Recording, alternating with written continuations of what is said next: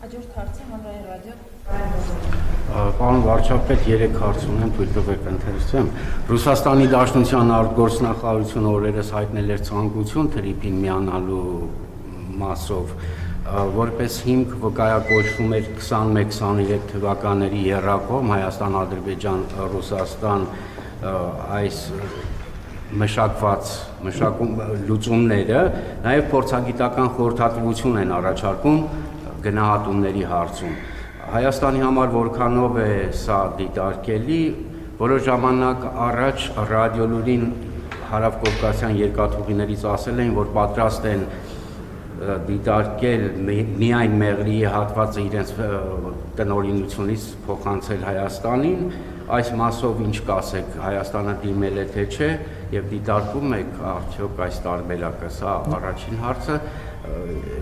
Իրոք Ես թվում է 3 հարցեր։ 2 հարց գոնե թույլ տվեք։ Տեղեկություններ կան, որ Հայաստանին հաջողվել է հաղթահարել Եվրամիության խաղաղության աջակցության ծրագրով 20 միլիոն եվրոյի այդ խոչընդոտը, այսինքն Հունգարիան հանել է վետոն, կարող եք հաստատել սա, եթե այո, ինչ փուլում է գործընթաց եւ ինչ քաղաքական պայմանավորվածությունների արդյունքում է դա հնարավոր դարձել։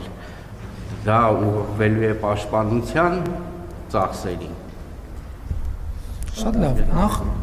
երկաթուղի Մեղրի հատվածի հետ կապված թյուրըմբռնում կա, որովհետեւ այդ հատվածը Ռուսաստանի կառավարման ներքո չի, որ իրանք հանձնեն Հայաստանին։ Դա Հայաստանի Հանրապետության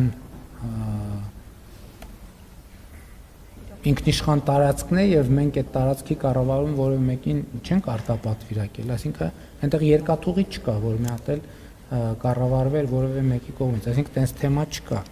Երկրորդը տրիպի հետ կապված գիտեք, որ հռչակագրում հստակ գրված է, որ դա Հայաստան Միացյալ Նահանգներ երկկողմ նախագիծ է եւ երրորդ երկրների ներգրավվածությունը կարող է քննարկվել միայն երկկողմ ձևաչափով, այսինքն դա հստակ ձևակերպված է եւ այս շրջանակից դուրս մեկնաբանություն տալը կոռեկտ չեմ համարի, բայց նաև ասեմ, որ ես Ռուսաստանի Դաշնության մեր գործընկերներին խնդրել եմ շտաբ կարգով զբաղվել մասնավորապես երկաթուղու երասխից մինչև Ադրբեջանի դեպի Նախճեվան սահման եւ Ախուրիկի հատվածի մինչև Թուրքիայի սահման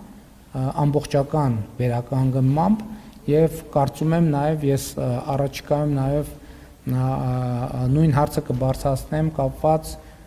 Իջևան Ղազախ հատվածի հետ կապված, որովհետեւ կարծում եմ այդ հատվածը նույնպես հնարավորինս արագ վերականգնելու անհրաժեշտություն կա եւ հույս ունեմ Ռուսաստանի մեր գործընկերները մաքսիմալ արագությամբ այդ խնդրանքը